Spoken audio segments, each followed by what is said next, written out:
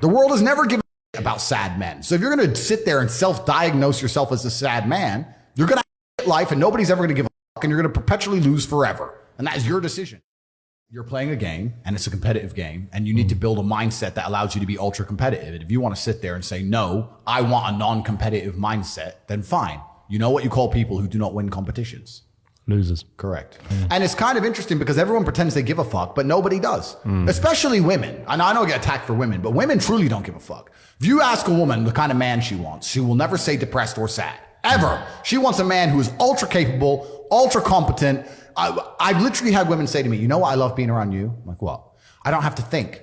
I'm like, what do you mean? Because I just turn up and like, we just walk in the hotel and everyone, staff do anything we want and the jet's just on the runway and we just land and I'm in this beautiful place and I don't even know where I am and I get to just turn my brain off and it's great. Like they want someone who is fun and spontaneous and charismatic and successful. They don't have time for sad dudes. They don't care. So the world doesn't care. The world has never given about sad men. So if you're going to sit there and self-diagnose yourself as a sad man, you're going to have life and nobody's ever going to give a fuck and you're going to perpetually lose forever. And that is your decision. I am so scared of being that person. The idea of that terrifies me to the point where I don't even want to accept that as a reality that can possibly exist. I don't care what happens to me in my life. I don't care how bad it is. I don't care if the worst, most heinous things I could possibly imagine happen to me. I know that my sadness, my depression will be temporary because I will never stay a loser. It is against my creed. It's not in my DNA. This is the thing about society and MSM and all this garbage and the Matrix. They try and convince you, don't worry if you're being a loser because people feel sorry for you and you'll get attention for it and you'll be okay in the end. And it's all this temporary fixes of dopamine by saying, I'm sad. Don't worry, bro. You'll be okay. But it's bullshit. They don't care long term. The world doesn't care. Nobody really cares. Chicks don't care. Business doesn't care. You are going to fail. It's true. And the natural state of man is a competitive state of man. Men have always been competing with each other. Even now, right now, we compete with each other. I don't buy Ferraris to drive fast. I do sometimes, but if I'm in London traffic, it's not to go quick. No. It's to show everyone else I'm richer than them. That's what it is. I don't wear a big diamond Patek with $500,000 to tell the time. I tell the time on my phone. I do it because I'm loaded. And this is actually what's interesting about the world because the world's changed. Men used to go to war and fight each other in physical combat, and now we don't because we're more civilized in some regards. That's violence is still the bottom line of society, but we try and avoid it. Men are constantly doing combat by showing each other how we can move world with money. We're constantly in combat because of our status. 99% of what men do is for status. We want to be in good shape for status. We want the fast car for status. We want the nice house for status. We want the diamond watch. We want the hot girl. This is all for our status. Look at me. I'm the big dog. This is how we compete with each other. If you're going to be a dude who pretends that's not true or be a dude who doesn't want to compete, your life sucks. Exactly. And you look at the entire planet throughout history. It was a universal idea for the Mongols and the Chinese to fight each other and the Aztecs and whoever else to fight each other and the tribes in Africa to fight each other. The Europeans, the French and the English were fighting each other. Humans have always done this. It's just like, no, I'm the boss. No, I'm the boss. Okay, then let's find out who's the boss. And now we live in a world where I think that status is the new form of combat and the true expression of testosterone is showing you can move the world with money. This is why I do a lot of the things I do. When I show up to a hotel and every single member of staff panics and they're all standing there waiting only for me and no one else is allowed to walk in and all my cars are out front and Mr. Tate, that's war. That's winning. That's what it is. That's the game. And I don't have time to even accept the idea of a reality where I can't create that for myself. But also, you know, life teaches you a lot. And I think a lot of people are not very self-reflective of their own lives. I don't think you can read a book and that's great. But I think if you're living an interesting life, if you were to take half an hour a day to actually sit and go, okay, what good has happened to me today and what bad has happened to me today? Why have those things happened and how can I prevent them from happening again? Most people don't, that kind of crap doesn't even cross their minds. Like every day I will sit at the end of the day and go, what bad has happened to me today? You have to have ownership of everything good that's ever happened to you and everything bad that's ever happened to you. I have complete ownership for the fact I was canceled. I don't sit there and go, oh, they're lying about me. Yes, they're lying, but I still own it completely. They're lying about me and they're talking shit, but I own it and I took responsibility for it and I sat there and I took absolute accountability and I thought, okay, how can I turn this in my favor? And I beat them.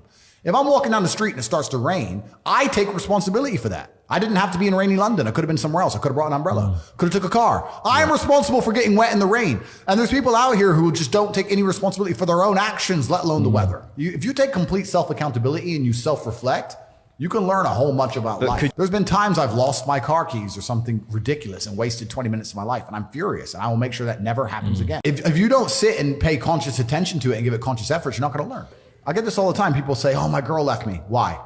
I don't know. She just left. What do you mean you don't know? Think about it. Why did she leave you? Oh, because she wanted If you think long enough, you'll realize it's because of you. You were not important enough to make her not want to leave. You can sit and say what she did and what she wanted, blah, blah. It's because you couldn't keep her. So it's your fault and you're not self-reflecting. And then you're going to go into your next relationship. And because you didn't self-reflect and you haven't grown, you haven't done anything, guess what's going to happen? She's going to leave you again. I have no sympathy for losers. I don't give a solitary if you want to stay at the bottom of the societal totem pole. If I'm going to ignore how I feel day after day so I can perform, regardless of whether I'm sad, happy, pissed off, tired, if I'm going to get up and work anyway when I'm tired, how do you expect me to feel sorry for you because you didn't work when you were tired? If I don't care about my own emotions, I certainly don't give a solitary shit about yours. If you want to stay a loser, stay one. Good, it's fine. Stay a loser. I have no sympathy for you. I don't care. I was instilled with a duty for a very long time to honor my ancestors through achievement. And I was told from a very young age that the only thing your ancestors are interested in is achievement.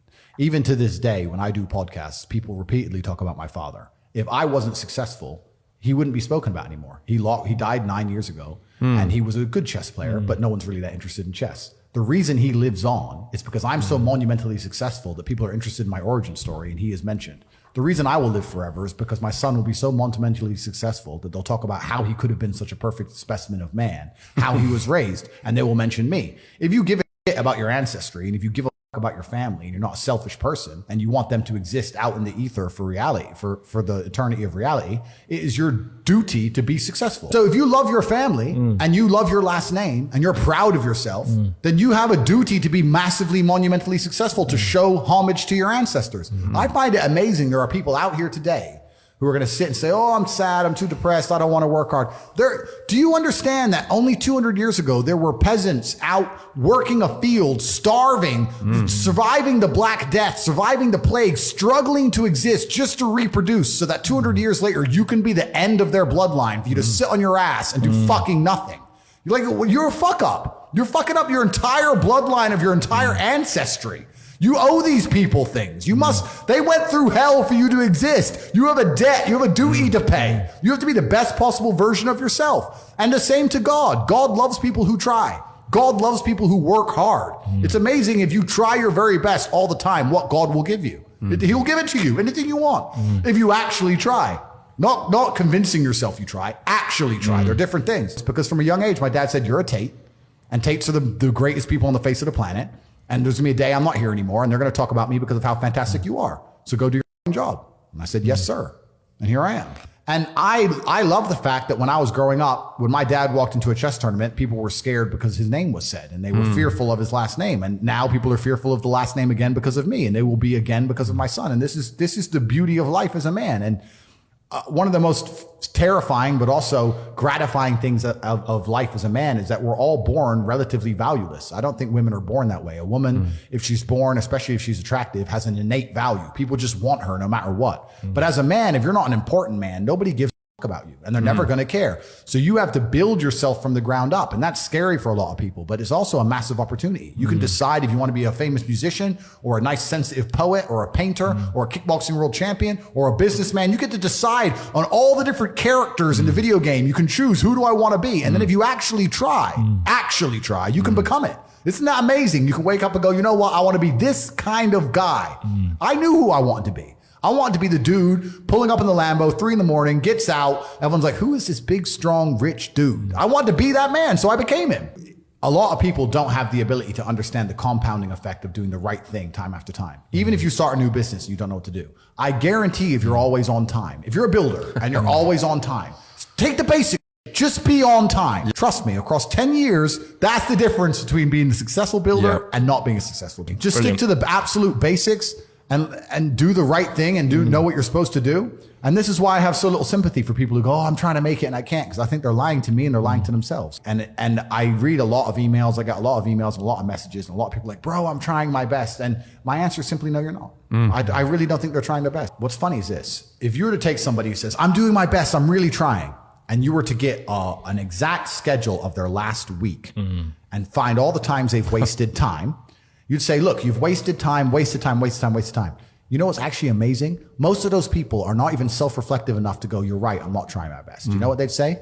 Well, I have to rest sometimes. Well, I have to have a social life. You'd even show them, here's where you well, you know, I have to, oh, you're crazy. And then they go back to being a loser. That's the amazing thing about losers. You can drag them to the water, but they won't drink it. They have no self-accountability. A lazy person thinks he's working too hard, and a successful person thinks he isn't working hard enough. And we're doing 20 times the work they are. It's the brutal arrogance of people. It's truly brutally arrogant.